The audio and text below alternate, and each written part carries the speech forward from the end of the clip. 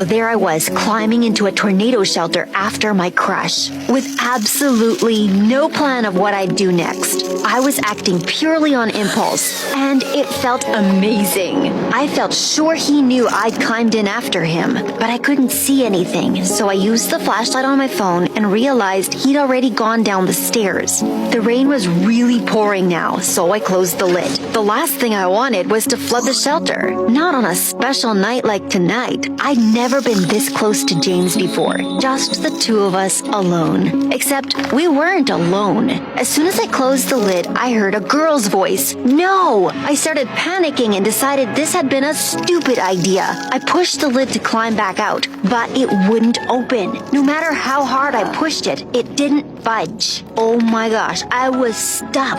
If it had just been me and James down there, it would have been quite exciting. But suddenly I heard a kissing sound and I realized my worst nightmare had just come true. I was stuck in a tornado shelter with my crush and his girlfriend by the sounds of things. I didn't want them to know I was there, like some creepy stalkers, so I tried to keep as quiet as possible. I could hear them laughing, and then the girl said, "Did anyone see you come in here? I hope we didn't get caught." And James replied, "No, I don't think so. Oh no, wait, there was a girl from my school, but she wouldn't say anything. She's such a loser." At that, I had to cover my face. I wanted to cry.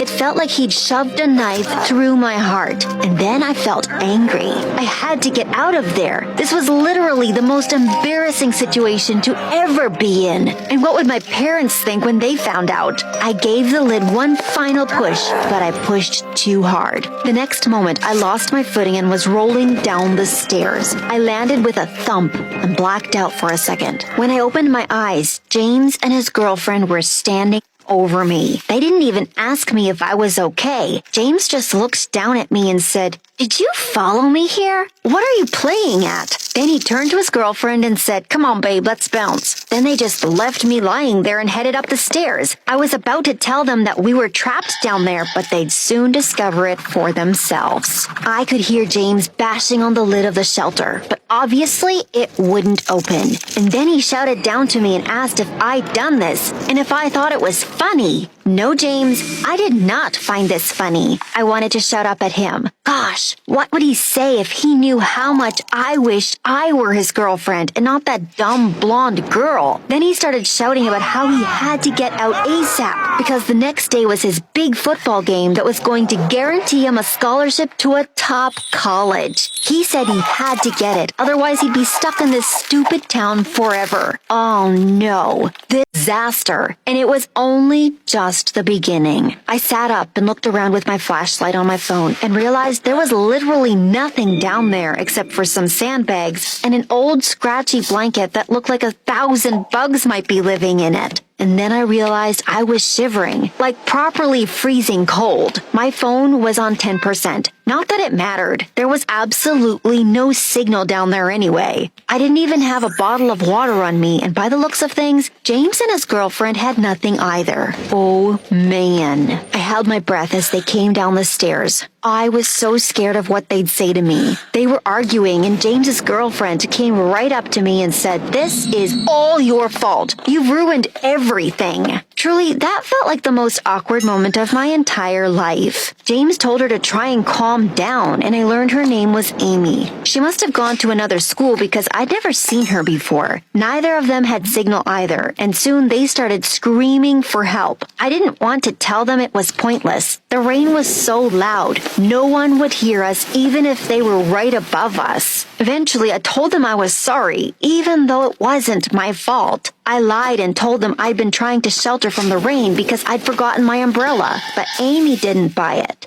She said, "Yeah, right. You're clearly a stalker. Do you get kicks out of watching other people making out or something?" James said you're a loser, and he wasn't joking. Look at you. If I hadn't already been underground, I'd have asked the ground to swallow me up. No one had ever been so mean to me before. After that, it was really uncomfortable, and all of us were in a bad mood. Soon, it became obvious we'd all have to spend the night down there. So I found a corner as far away from Amy as possible and lay down. I was still shivering and thought about using the insect-infested blanket, toilet, but Amy had already grabbed it. There was no way I'd fall asleep. I was so thirsty, and even though the shelter luckily had a small toilet, there was no sink, which meant no running water. I'd have drunk the rain earlier if I knew this was going to happen. I covered my ears because I was afraid I'd hear them kissing, and eventually I must have fallen asleep because the next moment I found myself waking up to hearing a rustling sound. I looked over at Amy, and even though I couldn't see anything, I knew she was eating something. I could hear her. I couldn't believe she had food with her and wasn't sharing it. Did James know? I should have said something, but I was too scared. I'd already caused enough trouble. Finally, morning came, and by then my phone was at 2%. Soon, I wouldn't even know what time it was. I was bursting for the toilet, so I went to use it, and of course, Amy shouted at me and said my peeing was too loud and had woken her up. Then I noticed there was a light switch outside the toilet. I clicked on it, not expecting it to work, and suddenly the whole shelter was flooded with light. Amy quickly pulled the blanket up and told me to look away. Oh my gosh, were they not wearing clothes? Then Amy just laughed and said everyone knows that body heat is the best way to survive in cold weather. Ew!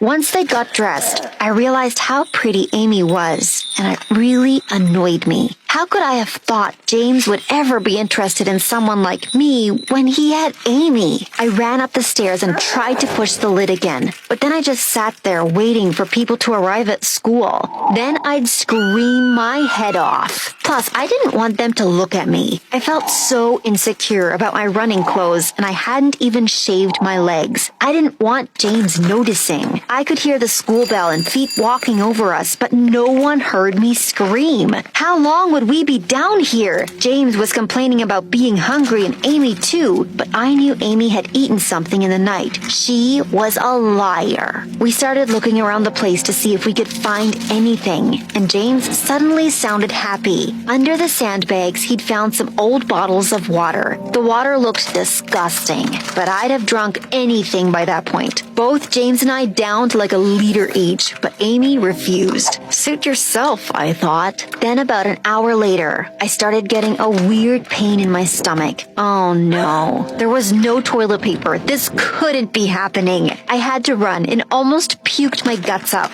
And I wasn't the only one. James raced in after me, and at one point, we were both lying on the floor taking it in turns to vomit. Not exactly what I had in mind for our first date together. That water must have been 20 years old or something. Amy got seriously annoyed and even tried to drag James out of the bathroom. Was she jealous? And then I noticed an empty soda bottle behind the toilet. Had Amy secretly had a bottle of soda and not told us? How selfish. That first day seemed to fly by. Most of it spent in the bathroom, of course. By the end of the day, I'd almost lost my voice from screaming for help. Would we be stuck down there forever? And then nighttime came, and James and Amy got into a huge fight. Secretly, it made me happy to see them argue. James deserved better. He was super upset that he'd missed his football game, but Amy just kept saying he could go to college with her and then they'd never be apart. And James got really angry and said he didn't want to go to her college. Then the whole room went silent. It was tense. I didn't know what to do, so I just stayed quiet and pretended to be asleep. A while later, I heard someone saying my name. I opened my eyes and could see James. He said he could hear my teeth chattering and that I should come and share their blanket. But if Amy woke up and saw me, she'd go mental. I didn't care about her. James was actually being kind of nice to me for the first time in my life. I couldn't lose my chance. So I climbed under the blanket next to him. Our legs were almost touching. And of course, that woke Amy up. And when she saw me, I thought she was going to explode. James wanted to keep the peace, so he snuggled into her and left me lying there all alone. But I couldn't stop thinking about the moment we just shared. And during the night, I decided to try and get closer to him. I rolled over until I was almost right at his back. But then I heard something. They were kissing. I was watching them, wishing it was me he was kissing. I couldn't stop staring, but suddenly, Amy opened her eyes and caught me watching them. She told James, but James said I was asleep and that they should get some sleep too. But James didn't go back to sleep. He waited until Amy was snoring next to him, and then he reached out his hand and grabbed mine. I felt like my heart was going to explode, and I so badly wanted to get closer to him, but it was too risky. There was always the next night, right? So we fell asleep holding hands, and I couldn't stop smiling. In the morning, though, I was lying there all alone. When Amy got up to go to the bathroom, I smiled at James, and he smiled back. But then Amy came out and saw me and said, "Freak, stop staring at us like that." I thought James would stick up for me, but he didn't. He was acting like nothing had happened between us. The rest of that day was kind of weird. We just sat around quietly. At one point, James almost fainted. I mean, we were all starving. I was so weak, I just kept napping, and when I woke up from one of my naps, James and Amy were eating biscuits. Where did they get them from? I could almost feel the saliva pouring out of my mouth, and I assumed Amy would offer me one, but she didn't. They ate them all, and after that, I didn't speak to either of them. I was so mad. I couldn't sleep that night because my stomach was rumbling so loudly. But once Amy had fallen asleep, James reached into his pocket and handed me a biscuit. I swear I almost kissed him right there and then. This was why I had a crush on him. He was actually a good guy, even if he had a demon for a girlfriend. For the next few nights, we got into a bit of a routine. After Amy fell asleep, we'd lie there and hold hands. And one night, James came right up to me, and I could tell he was about to kiss me. But Amy started murmuring in her sleep, and he quickly moved over to her and held her. It drove me crazy. After we'd been down there for like 6 days, things were really starting to smell. The toilet, my clothes, it was nasty. And still, James and I hadn't shared a kiss. But for some reason, Amy still looked good. That day I noticed she didn't get up. It was like she'd given up on shouting for help, but it bothered me. Why should she share and chill? So I told her I'd just seen a huge spider, and I've never seen her run so fast. She raced up the stairs to where James was, and I immediately went over to where she'd been sitting. I just had this feeling she was hiding something, like another pack of biscuits. But I found something much bigger. Under where she'd been sitting was a loose part of the floorboard. I lifted it up and couldn't believe what I was seeing. There was so much stuff down there. Beauty products, food, a battery pack, even clothes. Oh my gosh, what was going on? I didn't have time to put the floorboard back before James appeared to find the spider. I whispered that Amy had been hiding stuff. James came running over and pulled out her phone. He knew her password and typed it in quickly. Then he saw some messages that said things like, "I need to find a way to stop him going off to college. I'm scared he'll leave me." As he was reading them and I was eating one of her secret chocolate bars, she came down the stairs. "What are you doing?" she screamed. But it was too late. We caught her red-handed. She tried to grab her phone back from James, but he wouldn't give it to her. Eventually, she broke down and said that she didn't want James to leave her for college, so she planned this.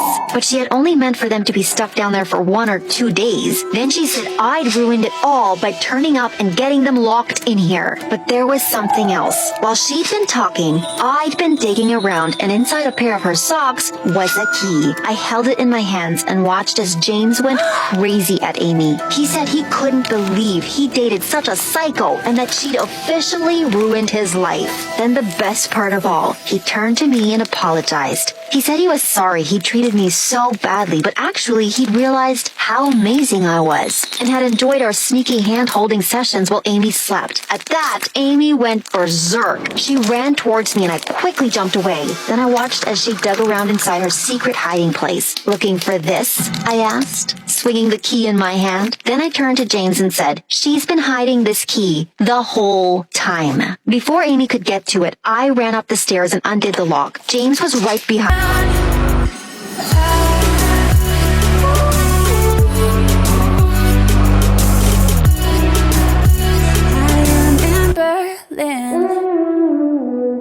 I'm loving the feeling of losing myself and finding back again. I never believed in love at first sight till I got to see Berlin. It's real, it's honest, got a taste of cool with the rawness. I know it's time to close my